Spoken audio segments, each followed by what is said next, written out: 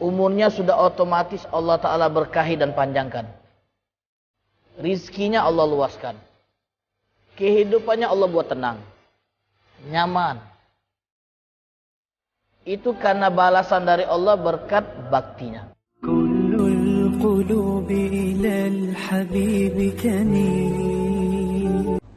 Anak itu ada 5 tipenya.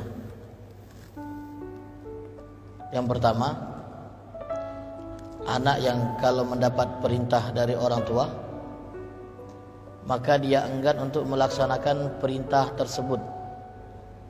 Dia membangkang dan tidak mau menjalankan perintah orang tuanya. Maka anak ini masuk dalam kategori anak durhaka. Dan dia haram untuk bisa mencium bau surga, apalagi masuk ke dalamnya.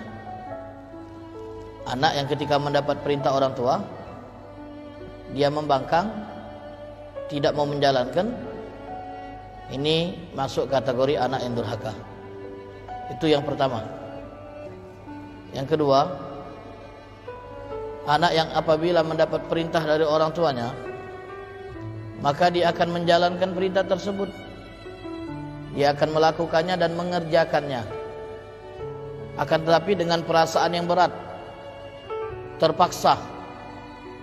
Nah, anak yang seperti ini tidak akan mendapat pahala dari Allah Ta'ala.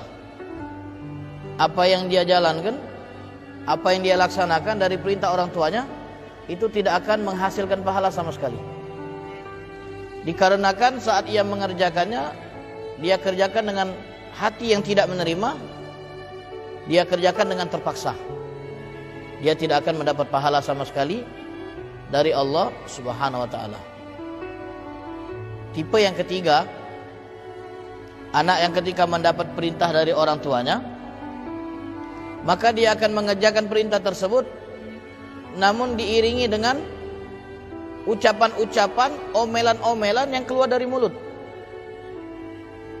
Dia akan mengatakan, kenapa aku lagi yang diperintah? Kenapa harus saya? Kenapa tidak si fulan? Dengan menyebut nama saudaranya yang lain kalau memang ada. Kok aku terus yang disuruh? Kok aku terus yang diperintah? Jadi ketika ia mengerjakan perintah orang tuanya, mulutnya mengucapkan kata-kata yang berisi penolakan. Tapi karena terpaksa tetap dia kerjakan. Ngomel. Nah, anak yang seperti ini, walaupun dia melakukan perintah orang tuanya, namun yang dia dapatkan adalah dosa. Karena ucapan-ucapan yang keluar dari mulut. Karena kita dilarang oleh Allah untuk mengucapkan kalimat bantahan yang paling ringan, yaitu Kita dilarang oleh Allah untuk mengucapkan kalimat bantahan yang paling ringan,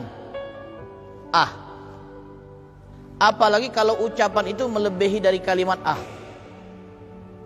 dan diiringi dengan sedikit bentakan. Maka anak yang seperti ini, walaupun dia kemudian melakukan perintah orang tuanya, dia tidak akan mendapat pahala, tapi akan mendapatkan dosa dari Allah Subhanahu wa Ta'ala. Yang keempat, tipe anak yang kalau mendapat perintah orang tua, dia akan segera melakukan perintah tersebut dengan senang hati. Tidak ada rasa berat. Senang hati dia akan kerjakan perintah orang tuanya. Nah, anak tipe keempat ini, hadirin yang dirahmati oleh Allah, sangat sedikit yang kalau mendapat perintah bersegera menjalankan tanpa memperlambat.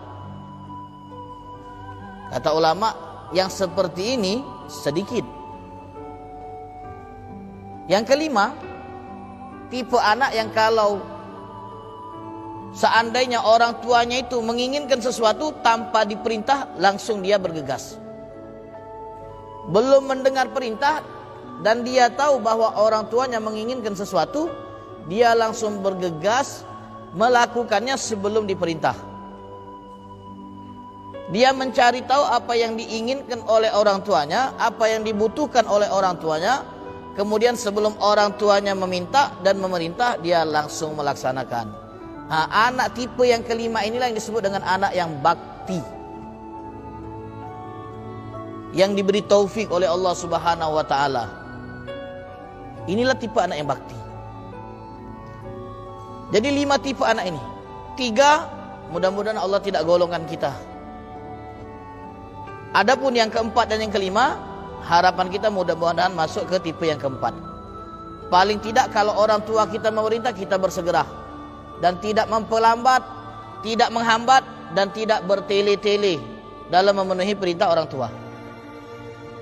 Terkadang ketika orang tua kita memerintahkan kita, kita mengatakan nanti bu, ya nanti. Tapi kalau anak yang luar biasa, tidak ada kata nanti, bergegas, cepat untuk memenuhi perintah orang tuanya. Kecuali kalau memang ada alasan-alasan yang darurat.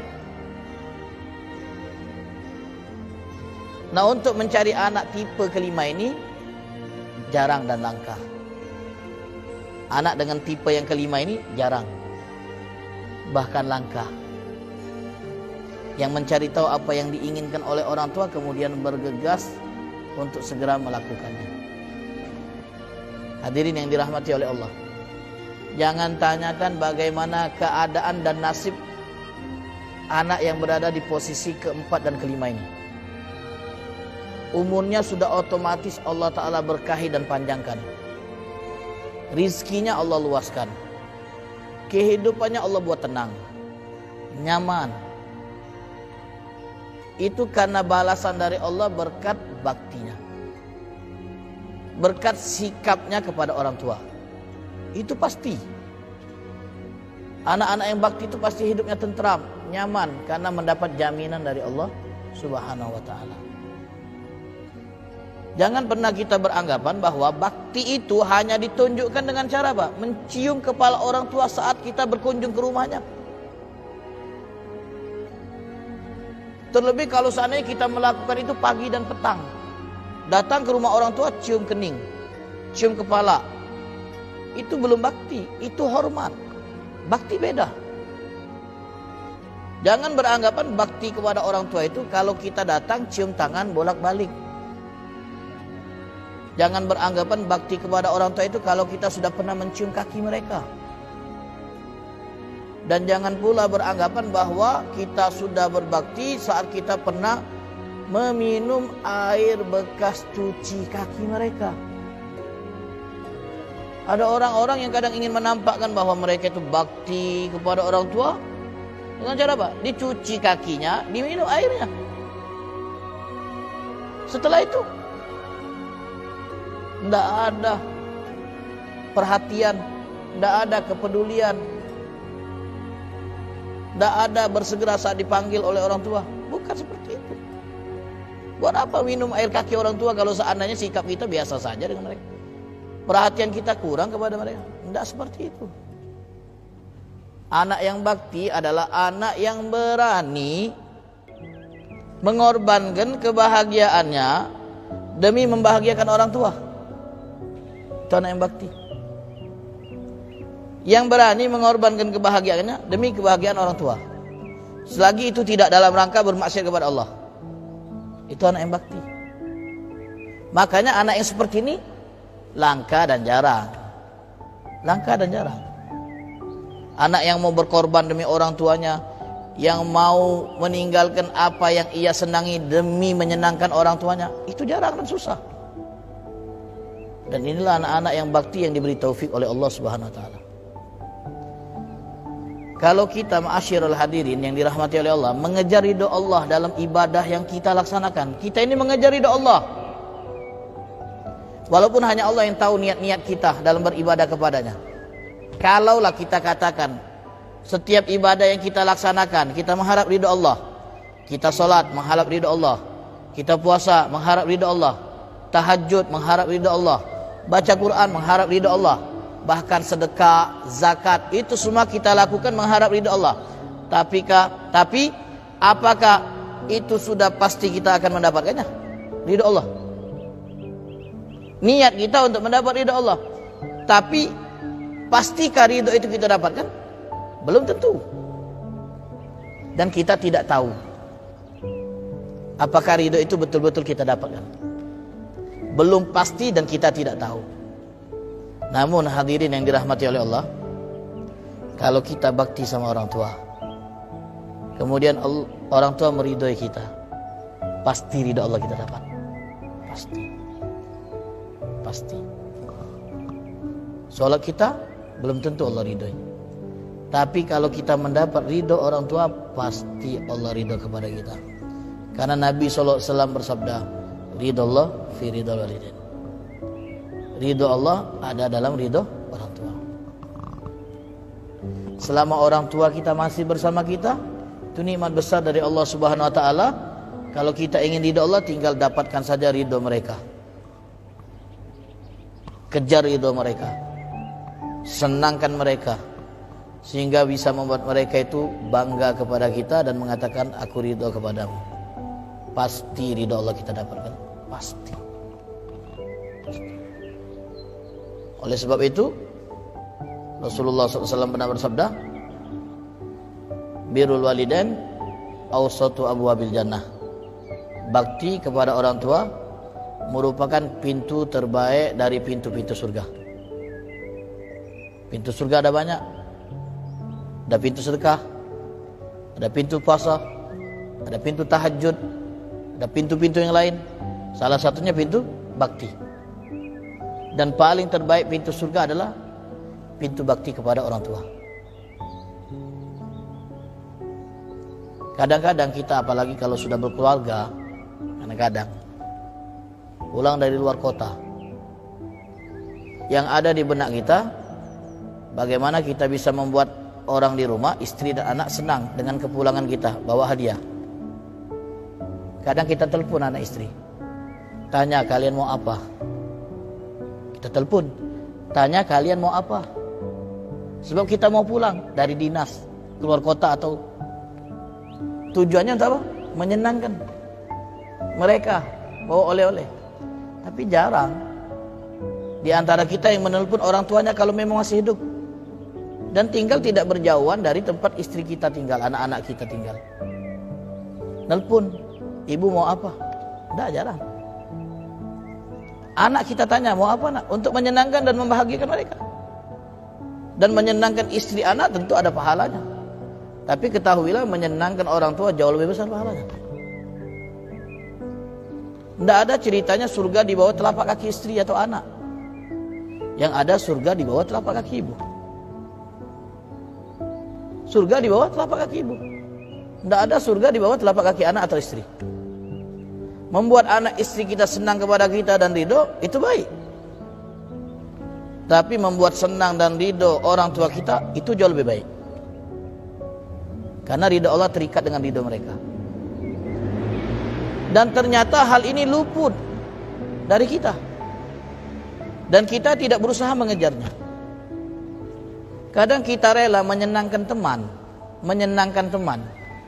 atau menjaga perasaan teman. Tapi di balik itu kita korbankan perasaan orang tua. Saat orang tua melarang kita untuk melakukan hal tertentu, dan itu atas ajakan teman, tapi kita mengatakan tidak enak bu. Sementara ibu kita melarang, orang tua kita melarang. Karena tidak enak dengan teman, kita abai dengan perintah orang tua. Lalu kita beranggapan diri ini sudah bakti. Tidak.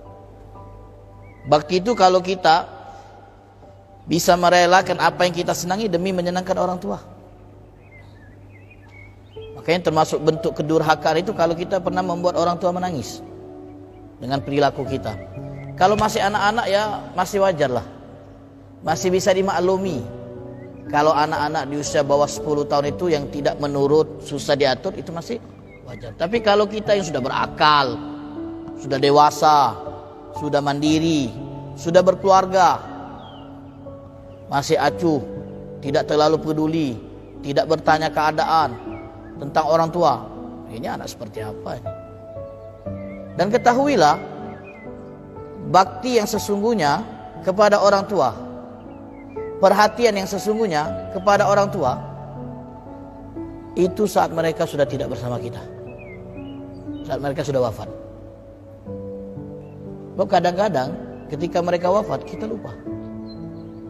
kita tidak peduli, kita abai.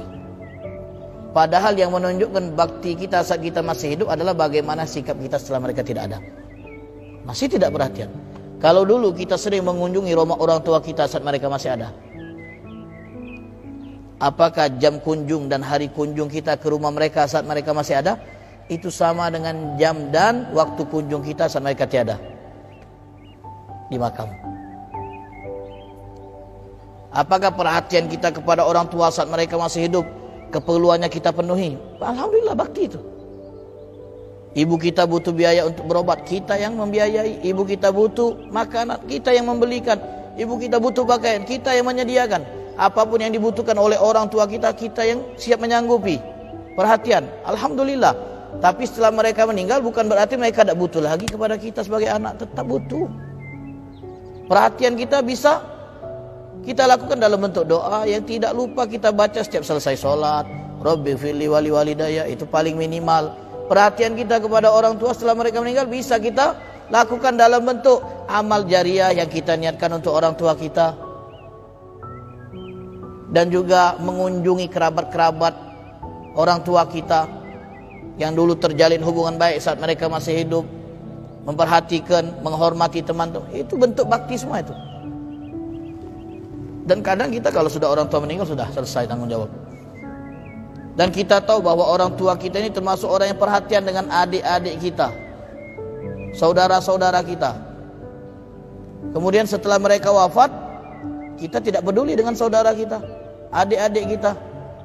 Padahal kita tahu dengan membantu saudara itu akan menyenangkan mereka, tapi kita tidak peduli. Dulu masih ada bapak, ya saya bantu kamu. Sekarang enggak lagi. Tidak ada seperti itu. Belum bakti namanya kita. Putus berarti bakti kita kepada orang tua setelah mereka wafat. Dan termasuk sikap acuh dan kurang peduli kalau seandainya kita tidak berziarah ke makam orang tua kita yang dekat. Jangan sampai jadi momen tahunan. Dekat, bukan jauh. Kalau jauh kita pun pulang kampung setahun sekali. Kalau jauh. Kalau dekat, jarak antara tempat orang tua kita dimakamkan dengan tempat kita kerja atau tempat kita tinggal. Tidak jauh, tidak perlu keluar kota, tidak perlu safar. Tapi tidak kita kunjungi, kecuali setahun sekali. Menjelang puasa atau saat momen lebaran. Bayangkan kalau seandainya orang tua kita masih hidup, setahun sekali kita kunjungi saat kita berada di dekat mereka. Acuh, tidak peduli. Maka bentuk kepedulian kita dan bakti kita kunjungi kalau mereka sudah meninggal. Kira-kira bayangan kita sampai kapan batas waktu kalau kita tidak mengunjungi mereka dianggap sebagai sikap acuh dan tidak peduli? Minimal seminggu sekali. Kunjungi, doakan. Memang kita doakan sampai. Bukan berarti karena dengan mendoakan saja kita tidak perlu berziarah. Tetap ada. Tetap harus ziarah. Tetap. Nah, kita berharap mudah-mudahan kita termasuk anak-anak yang tipe keempat dan kelima. Anak-anak yang ketika mendengar perintah orang tua bersegera. Cepat. Tidak memperlambat. Tidak menghambat. Ada sebuah kisah seorang anak yang menangis kematian ibunya atau bapaknya.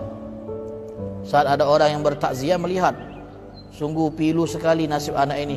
Lihatlah bagaimana dia merintih dan menangisi kepergian orang tuanya.